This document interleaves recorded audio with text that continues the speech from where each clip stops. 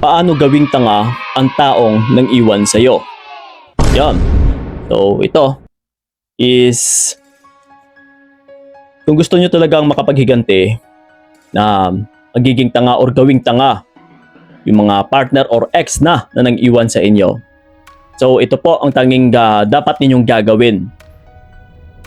Una sa lahat is, yun na nga, yung iba ay naguguluhan. Na, Kuya Kiko, ano ba dapat kong gagawin kapag iniwan ako? So, paano ba ako makapaghiganti? Paano ko ba mapakita sa kanya na hindi ako iwan-iwan? Yes, na mapagsisihan niya rin balang araw kung sino yung iniwan niya. And then, paano ko ba siya gawing magiging tanga din? Or paano ako makapaghiganti? So, ganun na nga. Una sa lahat is, may mga nagtatanong din kung Kuya Kiko, kailangan ko ba siyang i-block para maka-move on ako? Ito sa payo ko na ito ay kailangan kita na maging matatag ng sobra-sobra. Ibig sabihin, utol, ito yung tanging panlaban mo. Ito yung tanging bala mo. Kasi kung hindi ka matatag, ay hindi mo rin talaga makakamit yung paghihiganti na hinahangad mo or sinisik mo. So, kasi doon na nga sa pagbablock is nakadepende din ito sa'yo eh. Na kung mahina ka, then talagang hindi ka makapag-move on na makakamit mo na magiging tanga yung isang partner or yung ex mo. Kasi nga, maybe sa isang messages niya lang is napaka-challenging neto eh. Na dito ka manghihina kung magre-reply ka ba? Yes, kung magre-response ka ba? Or kung ano ba yung dapat mong gagawin? Ibabasahin ko ba? Isisin ko ba? Di ba? So, which is, magbibigay lang ito sa'yo ng self-distraction. Madedistract ka lalo. So, pero, ganun na nga, una sa lahat ay kailangan kontrolin mo rin ang iyong emosyon. Kumbaga pa kahit hindi mo siya na-i-block, is disiplinahin mo rin ang iyong sarili na huwag siya i-message, na mag-no contact ka.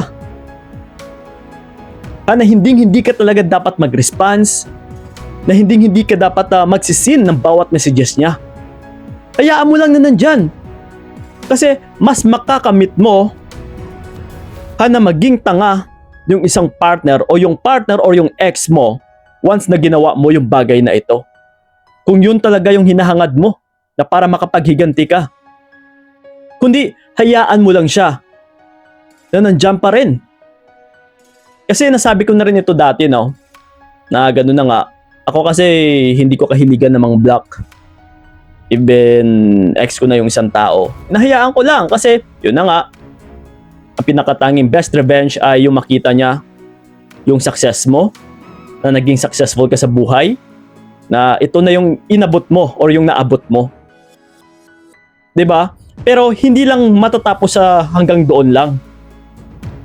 Kasi ito sa mga ex ninyo na nang iwan, actually kung minsan planado na yan nila lahat. Na ito, magpapaka-happy muna ako. Lalong-lalo na kapag kilalang-kilala ka ng partner mo na patay ka sa kanya.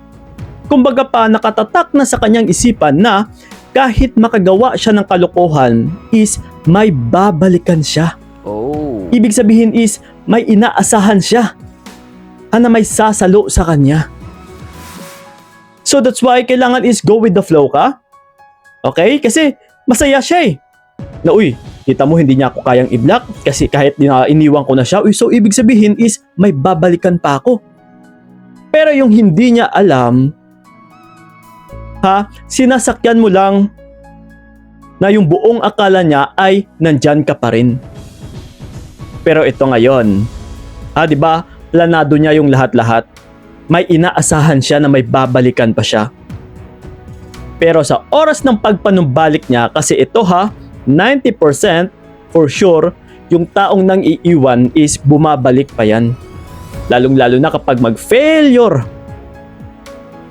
Yung kinakasama niya sa ngayon or kung sino man yung bago niya. Or kung nag-failure man yung desisyon niya. So then, babalik ito sa iyo kasi Una sa lahat, nakatatak na yun sa kanyang isipan na ikaw na babae ay madali niya lang mauto. Alam niya kasi na naghihintay ka. So ito na ngayon, babalik na siya sa'yo. Kasi hindi mo nga bilinak eh. Pero ito na mga utol, mas makakamit na natin na magiging tanga siya kasi akala niya may babalikan pa siya. Yung pala is, yes, hindi mo lang siya na-block pero wala ka na pala. Kumbaga pa is, hindi ka na pala ma-distract. Hindi na pala siya makapag-penetrate sa'yo. Or, yes, kahit sabihin man nating may access pa siya, kagaya nga yan, kahit pagdating sa bahay, kahit makapasok man siya sa loob ng bahay mo, pero kapag hindi mo pinapansin is, di ba, ikaw ba naman, salita ka ng salita dyan, na wala namang sumasagot, di ba? Kundi, magiging tanga ka. So, ganun po yun. Yung tipong aaligid-aligid lang siya sa'yo, panay react siya sa mga bawat post mo, panay papansin. Pero, kapag hindi mo pinapansin, hinahayaan mo lang, then, di ba ano yung tawag mo dyan? Yung taong nagpapapansin na hindi mo pinapansin, kundi parang timang, di ba? Parang tanga. So, ganun po yun. Kasi, yes, may mga ngilan-ngilan na rin na natuto na sa relasyon na ito din ang ginagawa nila na Kuya Kiko. Yes, ganun din ang ginawa ko. Hindi ko siya dinak, hinayaan ko lang na makita niya yung progress ko.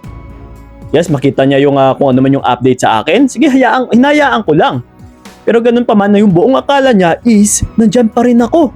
Yung buong akala niya is may babalikan pa siya. Pero yun pala, kasi alam ko na babalik at babalik mo yun. So ito na nga, yun pala, nung time na bumalik siya is wala na pala siyang mababalikan. Panay siya message, panay siya tawag ng tawag. Yes, nagbibeg, nagmamakaawa, napansinin ko daw, nabigyan ko daw siya ng huling pagkakataon. Di ba? So, dito mo na makamit yung hustisya na talagang pagsisihan niya. Na which is, lumabas ka sa comfort zone niya na buong akala niya is may babalikan pa siya. Yung tipong inaasahan niya. Na yung tipong yun ang nakasaad na sa plano niya. Na uy, iset aside ko muna yung babaeng ito. And then, kapag nagsawa man ako or kapag hindi man nagtagumpay yung relasyon namin ng bago ko is may babalikan ako. So, isang tabi ko muna siya. See? So, kung ikaw naman utol at tinanggap mo pa siya and entertain mo pa siya, ang kinalabasan mo dito ay reserbang gulong. Yes, spare tire ka. Babalikan ka lang or gagamitin ka lang kung kailan niya gusto. And then kapag makakuha ng buwelo, yes, iiwan ka na naman. Sa mga nang iwan or sa mga nang iiwan talaga is hindi na po yan pinagbibigyan. Kasi nga, tinalikuran ka na, inatrasan ka na, umalis na nga sila eh. So kailangan mo ring respetuhin ng iyong sarili. Hindi mo dapat deserve na hindi ka nire-respeto. Kasi sa iyo yan magsisimula utol kung paano mo rin nire-respeto yung sarili mo. Pag alam mong hindi tama yung pinapakita niya, hindi ka nire-respeto, inaatrasan ka, then kailangan mo ring umatras. Kailangan mo ring ipakita na hindi mo gusto yung mga pinapakita niya sa'yo. Okay? So yun, dito mo na makakamit talaga yung hustisya na makapaghiganti ka bilang magawa natin siyang TANGA. Tanga. Okay?